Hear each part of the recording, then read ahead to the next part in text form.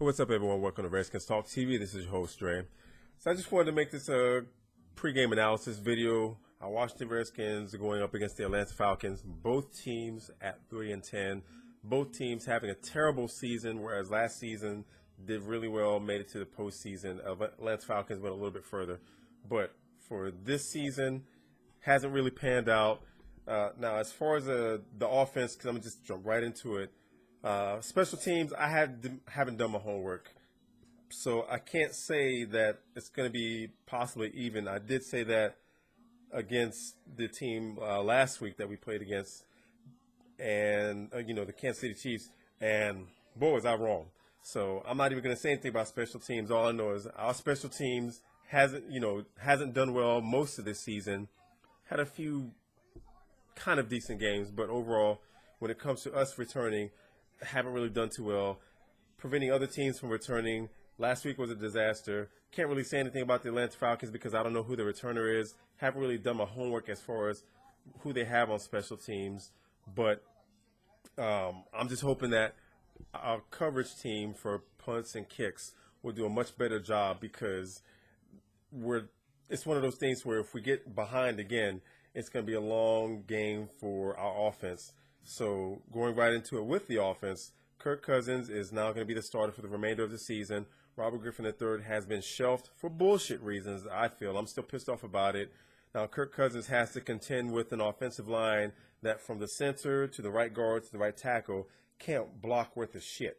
So now you have to worry about him getting hit and possibly him getting injured, and that will spoil Shanahan's plan to try to get a first round or a trade for a first round pick or a second round pick going into next season.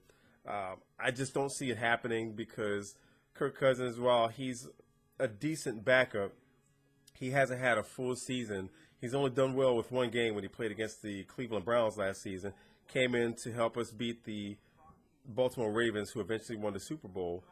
But when it comes to a full game, it's been over 12 months basically. So now we have to see how he's going to contend with the Atlanta defense. So going up against Atlanta's defense, we have to have a steady dose of running. I say this every week because it takes pressure off the offensive line and it takes pressure off the quarterback.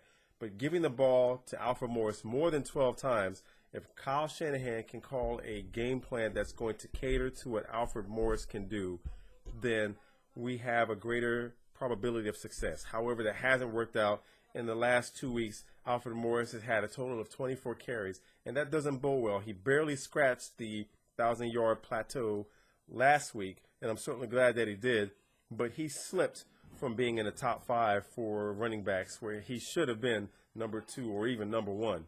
But he's got his work cut out for him. Hopefully we can feed him the ball and going up against Atlanta's defense because they are ranked 30th against the run. But for some reason, when it comes to our offensive line, they find a way to make those lower-ranked defenses shine to make them look like they're within the top 10. So I hope that our offensive line, especially when it comes to Will Montgomery, Chris Chester, and Tyler Columbus, I hope they have this shit together. But at the same time, it's going to take Kyle Shanahan calling a heavy dose of runs to keep that defense off balance, and then hopefully we can open something up with the pass. Now, when it comes to the passing game, we're going to need someone other than Pierre Garçon to be the primary target. We're going to need someone to step up as a number 2 receiver. So whether it's going to be Josh Morgan or Aldrick Robinson or Santana Moss, we need someone that's going to be able to be the playmaker. So I'm hoping that whoever is going to be lined up against the number 2, and especially if it's Aldrick Robinson, I still think that he can really, really do some special things with his speed, but at the same time getting open because a lot of teams play our receivers really tight in coverage, jam them at the line of scrimmage, make the quarterback hold on to the ball a bit longer so that throws off the timing. Also, we're going to need for Fred Davis to step up as well as Logan Paulson and Niles Paul.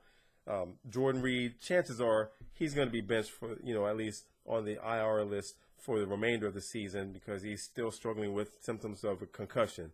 I would have liked to have seen him in there. He's a special talent for a tight end. I think he's going to just have to come back next season with a stronger, coming back stronger, and I'm pretty sure that he will.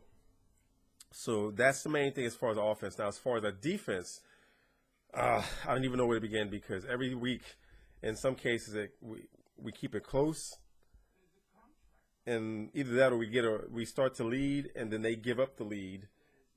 But we need solid tackling. We need discipline, gap control from our defenders.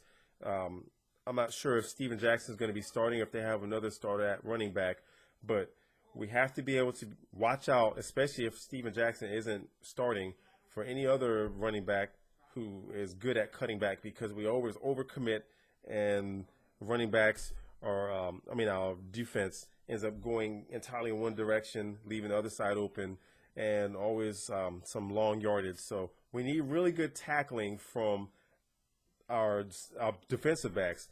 Bakari Rambo, I'm hoping that he will have his shit together and not throw his shoulders. I'm getting very pissed off, and if I were the coach, I would have benched his ass for his gameplay, because there's a lot that he's leaving on the field with his lack of discipline and technique.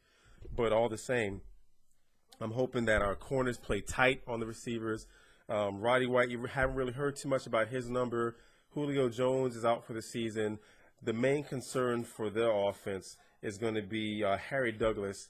So he's ranked up there fairly high, in the top 15, I believe, for wide receivers.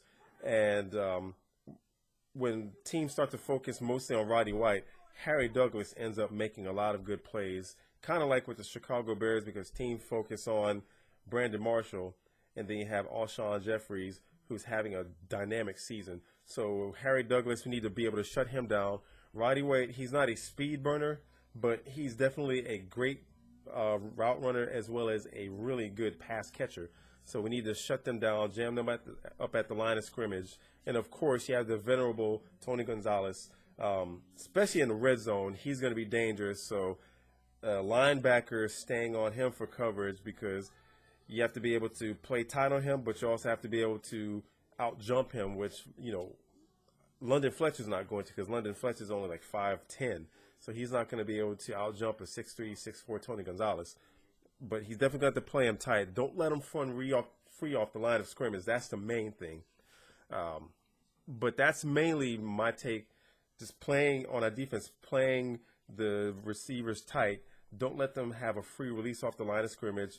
Corners, play the man in front of you. Don't play Matty Ice, because he does a pump fake. He's going to get you to bite on the double move, and our guys are notorious for that, especially Josh Wilson. And, of course, if we can watch them for the inside route, because I think if they do a lot of quick dropbacks and passes, they're going to slowly work their way down the field. Once they get into the red zone, that's where they will tend to struggle. But at the same time, our guys always manage to get someone or allow someone to get open. So I'm hoping that we can scratch out a victory. These last 3 games, it's going to be tough. We need the wins, because right after the Falcons, we have the Cowboys, which I'm really looking forward to beating them bitches. And then the last game we close out against the New York Giants. But that's just my pregame analysis for tomorrow's game. I'm hoping that we get that win. We need that win desperately, just to get that bad taste out of our mouth. We're on a 5-game losing streak. But I'm not one to predict scores. I'm not even going to go there. I'm just hoping that we get a win. If you like this video, I hope that you like, subscribe, and share. And to my Redskins family, hail to the Redskins.